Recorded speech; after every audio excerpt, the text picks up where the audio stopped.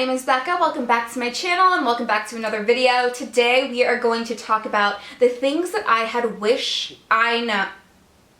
Today we're going to talk about the things that I wish I knew going into breastfeeding for the first time.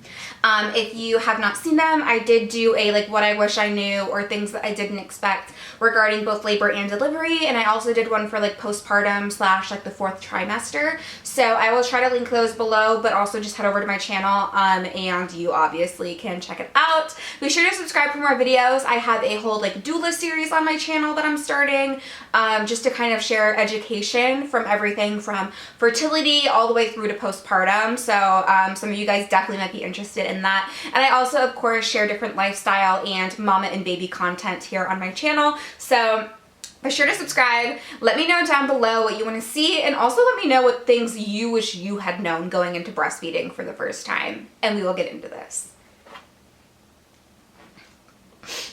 Alright, so there's a lot of things here. I wrote them down. One big thing is I did kind of mention this in my what I wish I knew regarding labor and delivery because it started in the hospital. But one thing that I do want to quick mention that I think people should be prepared for is that it doesn't always come easy right away. It did not for me. I am going to share my whole breastfeeding journey and some tips and tricks in a future video.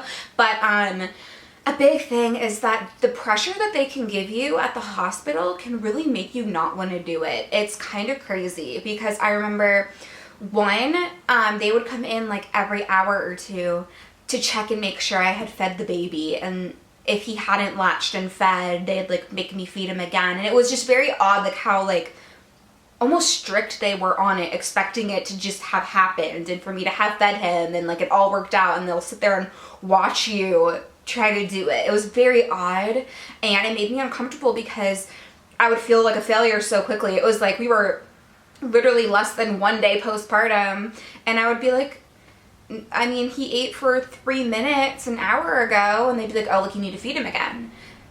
But he wouldn't wake up to feed. Babies don't go on this crazy schedule right away, especially newborns. They don't necessarily want to eat every 2 hours right away. It doesn't, I mean, some babies come out as cluster feeders and some it takes a couple of days. And I just think it's important to prepare yourself for the fact that they might put a lot of pressure on you. But honestly, going into it next time, I'm going to tell them, don't ask me questions. I'll let you know if I need help. And that's how it's going to be in the future, because it took us a good week to get him to actually consistently latch, and then a good 2 weeks to consistently breastfeed on a good schedule and him actually do it every time. So I wish that I hadn't pressured myself so much in the hospital because I was so close to giving up, and it was really just because of outside people the lactation consultants and nurses not really helping me, but also pressuring me for it to be working magically right away when it just wasn't. A big thing I wish I had expected was the engorgement in the beginning. For me, it was 5th day. I think it was day 5 that my milk came in. It can be different for other mothers, but I remember I woke up and I was terrified of what I looked like because I was so engorged and in so much pain, and I wasn't really prepared for the fact that I would probably have to relieve that. There are ways to relieve that engorgement in the beginning, of course, but I just didn't expect that when my milk came in, I was going to be in pain and kind of scared because it was insane. But it was all good. The engorgement went away in a day or two. It really was okay. I just remember waking up feeling terrified of I don't know, it's crazy. It's you get so lumpy and you can be in a lot of pain for sure. You can have some clogged ducts right away. You just gotta really be prepared to work that out. A big thing for me was cold compresses worked really, really well.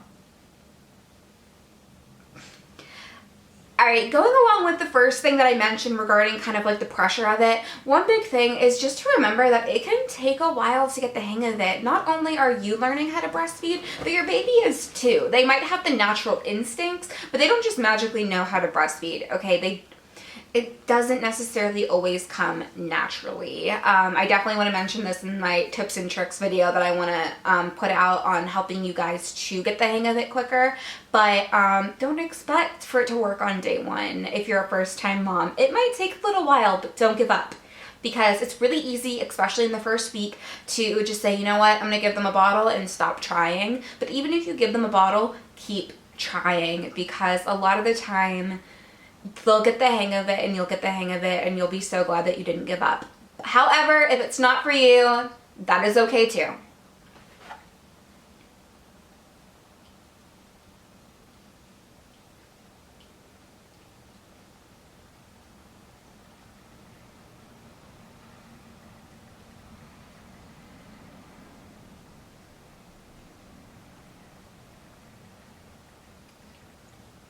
Bailey, stop. Stop. Another thing that I think actually is kind of important is if you don't have to, don't pump in those very early days. And I'm talking probably about the first like 4 to 6 weeks at least. I kind of started pumping right away because I thought I needed to. And then you just create an oversupply. So unless you have to, I would wait at least like 6 weeks to even bother to start pumping, because you're probably going to have an oversupply in the first place. And honestly, it might sound good, but you don't want to make that worse. You don't actually want an oversupply, for the record.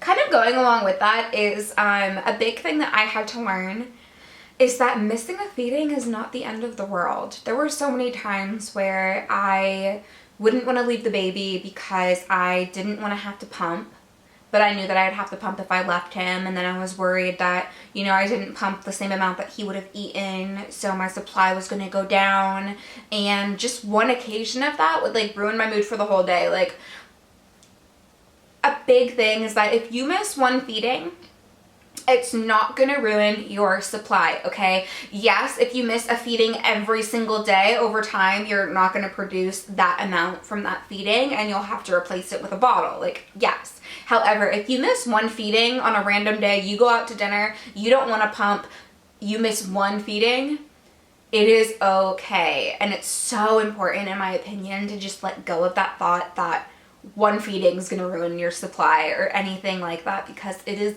not. And I'm so glad I finally learned that, but it took me a long time to get that through my head and be able to just go out for a little while without the baby and enjoy myself for like an hour to go to dinner and not worry about pumping either. Like, it's not going to ruin your supply. It won't be the end of the world. Let yourself, you know, have 2 hours of just not worrying about that. Another thing going along with that again is if you're not a mom that is like exclusively pumping, or, you know, maybe you have to pump because you go to work and you have to give your baby breast milk when you're at work. If you're a mom like me who exclusively breastfed and is a stay-at-home mom, don't live on the pump, okay? I thought it was so important in the beginning to be pumping all the time, to be like, okay, you know, after he goes to bed, I'm gonna pump. And then, you know, after feedings, I'm gonna try to pump at the end of feedings, get extra and store milk and all this stuff. I'm a stay-at-home mother and I have 6 months worth of milk in my fridge that my child does not drink because he doesn't take a bottle, no matter how much I try. It's a waste for one, but then also I found it affecting my mental health because I would dread the pump so much because I felt all this pressure from myself to pump all the time, to have extra milk, because for some reason I felt like I had to do that. And to be honest, you don't. Like, don't live on the pump. And you know what? If it affects your mental health and you dread that pump, let go of it. Don't make yourself pump all the time, especially if it's just for oversupply. Let go of it. It is okay. And you know what? If your baby has one bottle of formula once in a while because you didn't pump milk for when you left them with your mom for an hour, that's okay too. You know, you go with the flow and let it go. The last thing I have that I want to mention is cluster feeding. A lot of people think that it is not normal. They freak out. They think that they're not producing enough milk because their baby is cluster feeding for 5 hours in the middle of the night.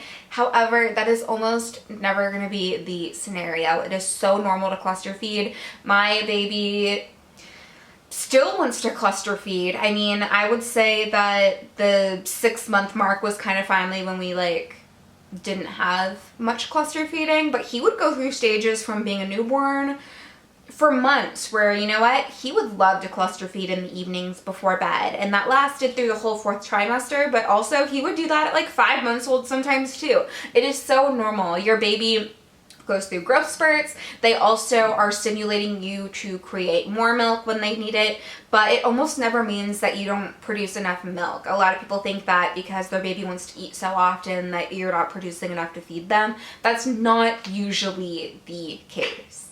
So just know, cluster feeding is so normal, as annoying as it can be. Alright, you guys, that is it for this video on just things that I wish I knew and better prepared myself for regarding breastfeeding as a first-time mom. Be sure to check out my other ones because I did what I wish I knews on the postpartum period as well as labor and delivery, so check those out down below. Be sure to subscribe for my videos. Let me know what other ones you might want to see here, and I will see you guys in my next one. Really, boy. Oh, this is my buddy. So you're always here, aren't you, booby? You're always here.